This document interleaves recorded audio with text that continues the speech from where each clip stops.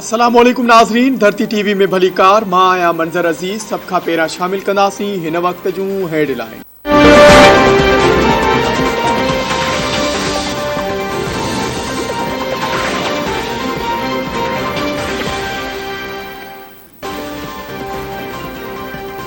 People's party जो TTA ऐं पाबंदी पियल टीटीपी बाबति अफगानिस्तान में थियल ताज़ी अखबराई ते पार्लियामेंट में इत्तफ़ाक़ राय पैदा करण ते इत्तफ़ाक़।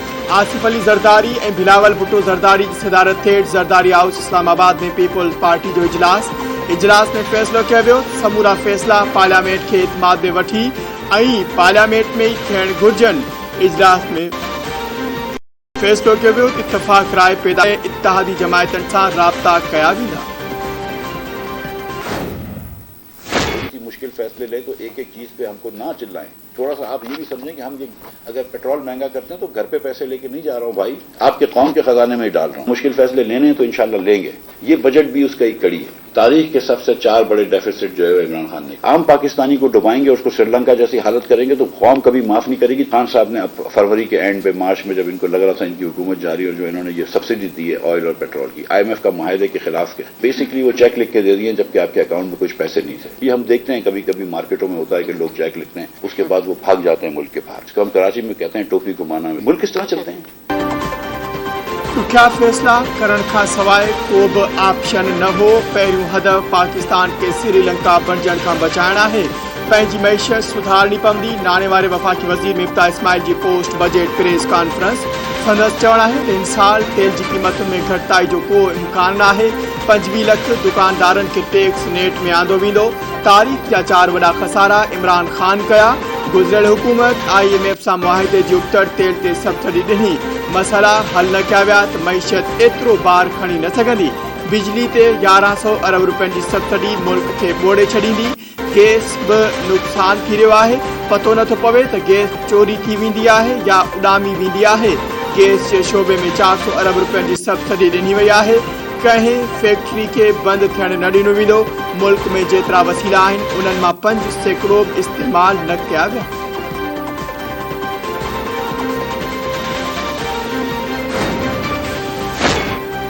तहरीक इंसाफ़ वफ़ाक़ी बजट जे अंगनि अखरनि खे गोरख धंधो करार ॾेई छॾियो। PTI सेनेटर शौकत तरीन चयो आहे त हुकूमत जा तरक़ी बाबति अंग अखर जाली आहिनि। महांगाई ऐं बेरोज़गारी वधीक वधंदी। लेवी वधाइण सां जुलाई में पेट्रोल 35 रुपया फ़ी लीटर वधीक महांगो थींदो। डीज़ल जे फ़ी लीटर क़ीमत 310 रुपया थी वेंदी। गैस चार्ज 400% वधी वेंदा। गैस जूं क़ीमतूं वधियूं त महांगाई 30% थी वेंदी। उमर अयूब चयो आहे त जुलाई में बिजली जी क़ीमत टैक्स सां गॾु 40 रुपया फ़ी यूनिट थी वेंदी। मुल्क में महंगाई की शरह 24% थी वही। हफ्ते दौरान महंगाई की शरह में 2.6% वाध। ज़रूरत जूं 30 शयूं महांगियूं थियूं। पेट्रोलियम इस्पंजा अघु 30 रुपया, खादिरो तेल 70 रुपया लीटर ऐं गिही 28 रुपया फ़ी किलो महांगो थियो। शुमारियात खाते जी रिपोर्ट। कालो की बजट खां पोइ यकीन थी वियो आहे त हुकूमत 2 महीना बि न हलंदी। IMF कंहिं बि सूरत में मौजूदा बजट के कबूल न कंदी। PTI चेयरमैन इमरान खान चयो आहे त IMF ऐं ॿिया मुल्क पाकिस्तान जी इमदाद न पिया कनि। ग़रीब जुलाई खां चेल चिली कंदड़ महांगाई के कीअं मुंहुं ॾींदा। मौजूदा सियासी अदम इस्तेकाम मां निकिरण जो वाहिद रस्तो आम चूंडूं आहिनि। को बि इहो न सम्झे त लॉन्ग मार्च ख़त्म थी वियो। सुप्रीम कोर्ट जे फ़ैसिले खां पोइ पूरी कुवत सां हू इस्लामाबाद ईंदा। चूंडुनि जी तारीख़ मिलण ताईं जिदोजहद जारी रहंदी।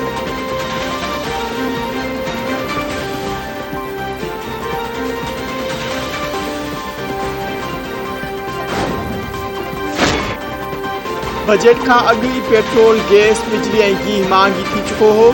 अवामी लीग जे सरबराह शेख रशीद चयो आहे त भाण गैस ऐं दुकानदारनि जी बिजली बिलनि में टैक्स वधायो वियो। परले नाणे जे ज़ख़ीरनि में खोट मुआशी खसारे ॾांहुं वञी रही आहे। क़ौम 45 ॾींहं इम्पोर्टेड हुकूमत जे ज़ालमाननि फ़ैसिलनि जो इंतज़ार करे।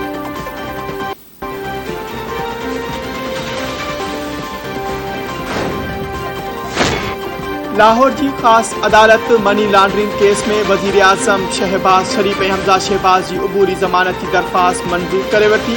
केस जी ॿुधणी दौरान बयान ॾींदे वज़ीर आज़म शहबाज शरीफ चयो आहे त संदसि हक़ आहे त पंहिंजी ज़मानत बाबति अदालत खे हक़ीक़तूं ॿुधाए। FIA जो इहो ई केस आहे जेको नेब ठाहियो आहे। संदसि ख़िलाफ़ आशियाना स्कीम ऐं रमज़ान शुगर मिल केस जोड़िया विया। आशियाना केस में इख़्तियारनि जे नाजाइज़ इस्तेमाल जो इल्ज़ाम मढ़ियो वियो। लाहौर हाई कोर्ट तफ़सीली फ़ैसिलो ॾेई चुकी आहे त नेब वारा सुप्रीम कोर्ट विया। नेब जे हुकूमत खाने में 2 भेरा FIA जांच कई। ज़मानत जो मामलो अदालत में वियो। 4 जजनि संदसि हक़ में फ़ैसिलो ॾिनो। 4 जजनि चयो त करप्शन, मनी लॉन्ड्रिंग ऐं बेनामी मिल्कियतनि जूं के शाहिदियूं नाहिनि मिलियूं। उन खां वधि त इज़त जी ॻाल्हि कहिड़ी हूंदी त हू मेरिट ते बरी थियो। वज़ीर आज़म स्पीकर खां क़ौमी असेंबली जे इजलास में नामूस रिसालत सल्लल्लाहु अलैहि वसल्लम ते बहस कराइण जी दरख़्वास्त करे छॾी। वज़ीर आज़म शहबाज शरीफ जो चवणु आहे त भारतीय हुकुमरान पार्टी BJP अॻवाननि जी तौहीन जोगन बयाननि जी मुज़म्मत कनि था। दुनिया जे सवा अरब मुसलमाननि जी दिलनि जो खून कयो वियो।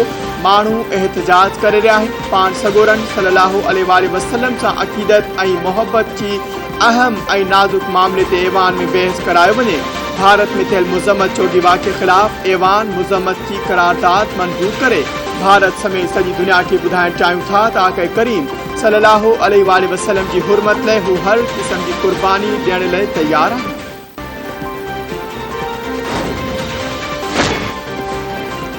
पाकिस्तान भारतीय अॻवाननि पारां गुस्ताख़ बयाननि जो मामलो गॾियल क़ौमनि में उथारे छॾियो। परॾेही मामलनि वारे वज़ीर बिलावल भुट्टो ज़रदारी जो गॾियल क़ौमनि जे जनरल असेंबली जे सदर सां राब्तो। तौहीनामेज़ रिमार्क्स में इस्लामोफोबिया खे मुंहुं ॾियण लाइ हुन तामीरी मुकालमे ते ज़ोर।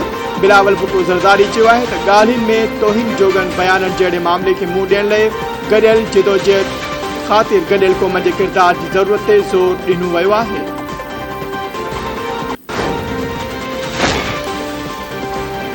BJP अॻवाननि तरफ़ां गुस्ताख़ रिमार्क्स ॾियण ख़िलाफ़ भारत जे मुख़्तलिफ़ शहरनि में पुरतशद्दुद मुज़ाहिरा, पुलिस जी फायरिंग ऐं लठबाज़ी। वॼणा मारिजी विया, केतिरा ई ज़ख़्मी। हिंदुस्तानी पुलिस एहतजाज कंदड़ मथां केस दाख़िल करे छॾिया।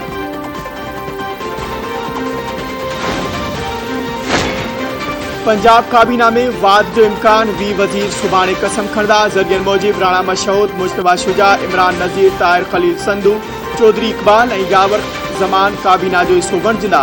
कर्नल रिटायर अयूब, तनवीर असलम, बिलाल यासीन, सैफ खोखर, ज़किया शाहनवाज़, मंशाउल्ला भट्ट, जहांगीर खानज़ादा, किरण रिटायर, तारिक उज़मा बुखारी, काज़िम अली ऐं नदीम कामरान बि काबीना में शामिल थींदा। पीपुल्स पार्टी जा वधीक 3 वज़ीर ऐं 2 सलाहकार बि पंजाब काबीना में शामिल थींदा।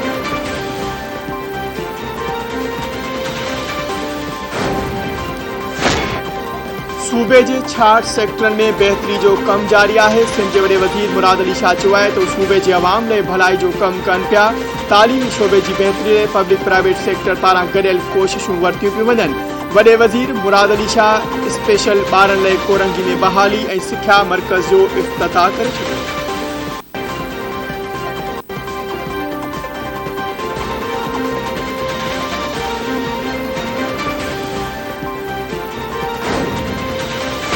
पीपुल्स पार्टी जो सीनियर अॻवान सेनेटर डॉक्टर सिकंदर मेंद्रो ॾाढाणो करे वियो। ज़रियनि मूजिब सिकंदर मंद्रो कैंसर जी बीमारी में वरितल हो ऐं अमेरिका में इलाज हेठि हो, जिते संदसि साह जो सॻो टुटी पियो। डॉक्टर सिकंदर मंद्रो जे घर भाती मूजिब सिकंदर जो मर्द ईंदड़ हफ़्ते पाकिस्तान आंदो वेंदो। PP शरीक चेयरमैन आसिफ अली ज़रदारी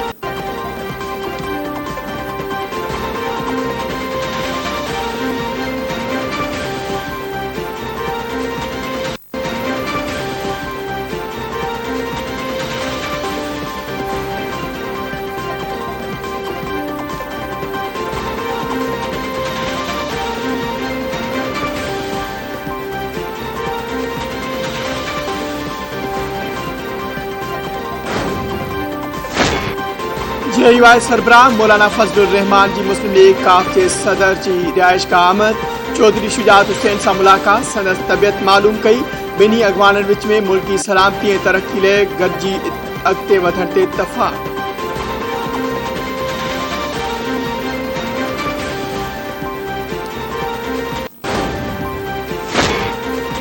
हैदराबाद ऐं मटियारी ज़िलनि में मुख़्तलिफ़ केसनि में नामज़द पुलिस एहलकारनि ख़िलाफ़ क्रैकडाउन। 103 एहलकार लाइन हाज़िर। लाइन हवाले थियलनि में SHO, CIA इंचार्ज, ASIs ऐं कांस्टेबल शामिल।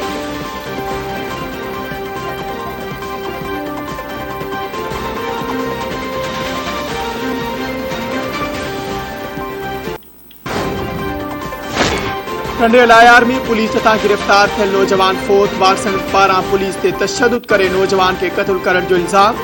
पुलिस मूजिब ओचितो तबियत खराब थियण सबब खुदाबख्श उर्फ भूरो खास केली के अस्पताल मुंतकिल कयो वियो, जिते हू फोत थी वियो।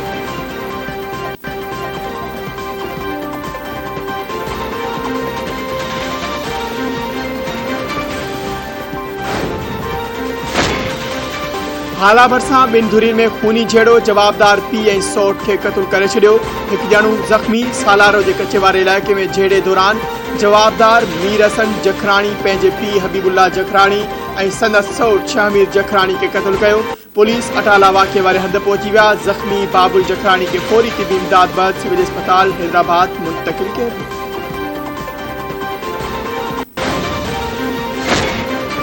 सगियूं बरसां चन्ना ऐं सियाल बिरादरी जी बिन धुरियुनि में झेड़ो, फायरिंग में एक जणू मारिजी वियो। कच्चे जे इलाइक़े केटी मंगी माड़े में चन्ना ऐं सियाल बिरादरी जी बिन धुरियुनि में झेड़ो थी पियो। फायरिंग में गुलबहार सियाल मारिजी वियो।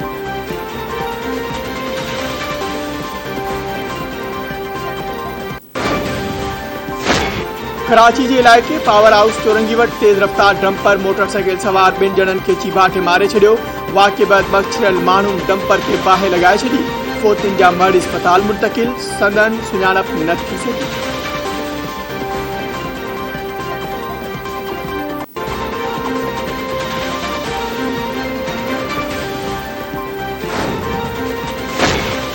कोटड़ी में काटन फैक्ट्री मुलाजिम उजरत न वधाइण ऐं जबरी बरतरफ़ी ख़िलाफ़ सरापा एहतजाज बणिल।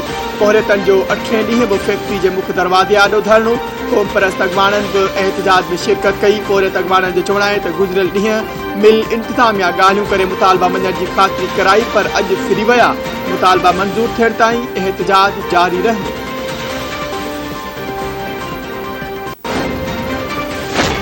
ऐं मुल्क में सख्त गर्मी की लहर खां पोइ मौसमियात खाते मींहं जी ख़ुशख़बरी ॿुधाए छॾी। मौसमियात खाते मूजिब वफ़ाक़ी राजधानी इस्लामाबाद में तूफ़ान सां गॾु मींहं जो इम्कान। पंजाब, खैबर पख्तूनख्वा, आज़ाद कश्मीर ऐं गिलगित बल्तिस्तान में मींहं जो इम्कान। मौसमियात खाते मूजिब कराची, बदीन, ठठे मौसम में होगी वारी रहंदी। हल्की बरसात पवंदी। मैदानी इलाइक़नि में मौसम ख़ुश्क ऐं गरम रहंदी।